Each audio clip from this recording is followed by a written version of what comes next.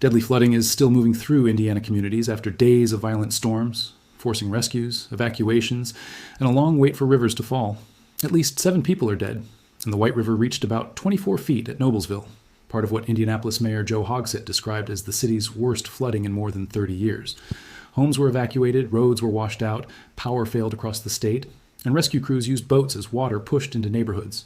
Warnings had been in place as storm after storm crossed Indiana. However, the true scale only became clear when more than 11 inches of rain fell in some places, and river gauges moved into record territory. The next hours show where the flood crest is still moving, why some rivers remain under warnings even as Indianapolis starts to recede, and how the death toll climbed. But first, the immediate numbers matter. The National Weather Service in Indianapolis says widespread flooding continues along the White River and its tributaries, with major flooding still affecting areas near and north of Indianapolis while the crest moves farther south. This was never one short burst of bad weather.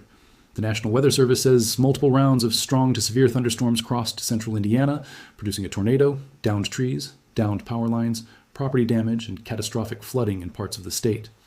Its preliminary storm review says more than 11 inches of rain fell in some locations during the multi-day event. The highest 2-day total reported to the Indianapolis Weather Office by the evening of August 13th was 1150 inches near New Lisbon in Henry County. Newcastle measured 24 inches at one reporting site and 11.23 inches at another. Modoc in Randolph County reported 69 inches, Springport in Delaware County 27 inches, and Summitville in Madison County 10 inches. Those are not isolated puddles. They are the kind of totals that load creeks, ditches, drainage systems, and rivers at the same time. The White River became the clearest symbol of the disaster. At Noblesville, the National Weather Service reported a maximum stage of 24. 0 feet during the 24 hours ending late Sunday morning. Flood stage, there is 14 feet. Even after the crest passed, the river was still at 20. 9 feet late Sunday morning, and a flood warning remained in effect into Wednesday evening. At 21 feet, the Weather Service says high water surrounds commercial property along State Road 32. Some residences require evacuation, flooding begins in southwest Noblesville, and many sections of River Road in Hamilton County become impassable. That is the first major twist in this disaster. A river can start falling at one gauge while the flood threat is still moving downstream. The National Weather Service said the White River crest had moved south of Indianapolis and was not expected to reach Centerton until Monday afternoon, with points farther southwest seeing it later. So the headline is not that every river is still rising in every city. The real danger is that the flood wave is still working through the river system, leaving one community in recovery while another watches the gauge. Near Nora, on the north side of Indianapolis, the White River was at 19, 1 feet late Sunday morning after reaching 21, 2 feet during the previous 24 hours. Flood stage, there is 11 feet. The Weather Service classified major flooding as occurring and said the level approached the flood of record. Its impact guidance at 19 feet says roughly 200 to 400 homes can flood. Water can overtop an agricultural levee at Conner Prairie, and extensive flooding can occur around Keystone Avenue. The warning there was scheduled to remain in effect until late Wednesday morning, with the river expected to fall below flood stage late Tuesday evening. Inside Indianapolis, the picture was beginning to change, but it was not normal. The city's Department of Public Works said White River flooding peaked early Sunday morning, with high water expected to hold for a time before beginning to recede. Floodgates were set to reopen, but emergency shelters remained open after hundreds of homes along the river and canals had been evacuated. At the Indianapolis River gauge, the National Weather Service reported 19, 5 feet late Sunday morning after a 24-hour maximum of 20. 5 feet, flood stage is 16 feet. The warning was still in effect until Tuesday morning, and the Weather Service said floodwater at 19 feet can threaten Broad Ripple and affect Rocky Ripple, Ravenswood, and Troy Avenue through backwater flooding. Meanwhile, the human cost was becoming clearer. CBS News, citing officials, reported at least 7 storm-related deaths by Sunday afternoon. The victims included a 4-year-old boy in Jennings County, 2 people connected to flood incidents in Delaware County, and deaths reported in Lake, Porter, LaPorte, and Henry counties. In Jennings County, officials said the child was killed when a tree crashed through his bedroom during strong winds.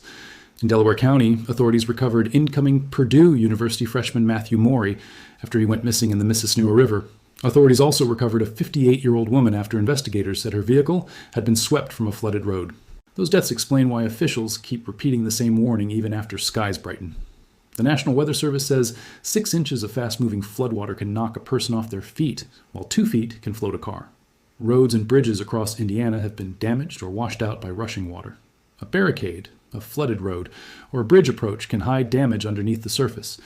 The danger is not measured only by rain still falling. It is measured by current, depth, broken pavement, damaged bridges, and rivers that remain above flood stage. The scale of the emergency also shows up in the rescue numbers. The governor's office reported more than 350 evacuations in Delaware County alone, while evacuations were also carried out at a senior mobile home community in Tipton County, and rescue or welfare checks continued in Fayette County. In northern Indianapolis, authorities estimated that about 400 people left affected areas on their own. First responders used boats to reach people stranded by rapidly rising water. The Indianapolis Fire Department had already reported scores of rescues as the White River rose through neighborhoods. Then came the power crisis. Nearly 130,000 utility customers statewide were still without electricity Sunday afternoon, according to reporting that cited Power Outage, U.S. That was down from a peak of around 300,000. The drop matters because it shows part of the recovery is underway, but 130,000 customers without power after floodwater has entered. Community still means refrigerators, air conditioning, medical devices, traffic signals, pumps, communications, and cleanup work can all become harder at the same time. The damage is also moving from emergency response into recovery. In Hamilton County, officials said water was receding and no deaths had been reported there, but they were assessing a significant bridge damaged by the flooding to determine whether it could be repaired or would need replacement. In Yorktown, the public library reported about 1 foot of floodwater inside the building before the water receded. Across the state, flooded homes, damaged roads, closed routes, and washed out infrastructure were turning a weather disaster into a longer rebuilding problem. Federal help is now part of that response.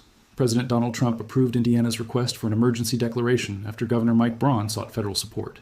FEMA says the declaration covers emergency conditions from severe storms, straight-line winds, tornadoes, and flooding beginning August 11th and continuing. CBS reported that the declaration could free up to $5 million in federal resources for response and recovery. The approval does not make damaged homes dry or reopen washed-out roads overnight, but it adds federal support while state and local crews remain stretched across multiple counties. The American Red Cross is also operating in the disaster zone. Terry Stigdon, CEO of the American Red Cross Indiana region, said 200 people were served on Saturday night, and more than 4,700 meals and snacks had been provided in recent days. Those numbers reveal another side of flooding that river gauges do not show. Once evacuation orders are issued, families need shelter, food, medication access, charging, transportation, and a place to wait until officials decide when an area is safe to enter again. But another open question remains. Why did this flooding become so extreme so quickly? The simplest verified answer is the concentration of repeated heavy rainfall. When several rounds of thunderstorms track across the same region, water reaches the ground faster than rivers and drainage systems can move it away. In Henry County, the National Weather Service recorded 2-day totals above 11 inches at multiple sites. In nearby counties, totals of 10 inches or more were also reported. That water did not disappear when the thunderstorms ended. It kept draining into creeks and rivers, pushing the flood crest downstream after the heaviest rain had already passed. That delay is why Sunday's improvement in Indianapolis did not mean the statewide river threat was finished.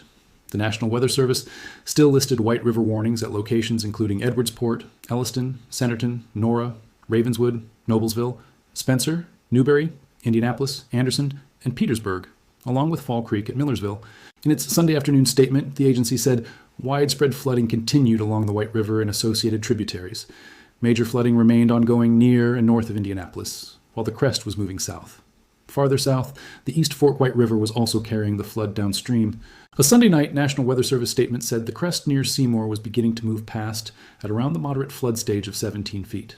The Driftwood River near Edinburgh had already crested and was expected to continue falling. That is the pattern across the state now. Some gauges have peaked, some are dropping, and flood warnings remain because the water is still moving through the system. The forecast adds one more reason officials are not treating the event as finished. The National Weather Service's Sunday evening hazardous weather outlook said river flooding would continue along the White River near Indianapolis and elsewhere in central Indiana. Thunderstorms were possible again through Sunday night, with damaging winds and heavy rainfall capable of producing more flash flooding. The outlook also flagged another chance of thunderstorms Wednesday into Wednesday night, when strong storms could not be ruled out and heavy rain could again create rapid onset flash flooding. That does not mean another disaster of the same scale is guaranteed. It means the ground, rivers, roads, and communities are already stressed, so additional heavy rain matters more than it would under normal conditions. A river that is already above flood stage has less room for new runoff. A washed-out road can become more dangerous with another burst of water. A home that has already taken floodwater can suffer more damage before cleanup is complete. The most important change now is the shift from a fast-moving rescue emergency to a mixed emergency and recovery phase. Indianapolis is seeing the White River recede. Hamilton County is assessing damage. Some floodgates and roads can begin moving toward reopening. At the same time, warnings remain active farther along the river, downstream crests are still passing, thousands remain affected by power outages, and families are returning to homes that may have taken several feet of water. Indiana's disaster began with storms on August 11th, but the consequences are extending well beyond the rain itself. At least 7 deaths have been linked to the storms. More than 11 inches of rain fell in the hardest hit locations.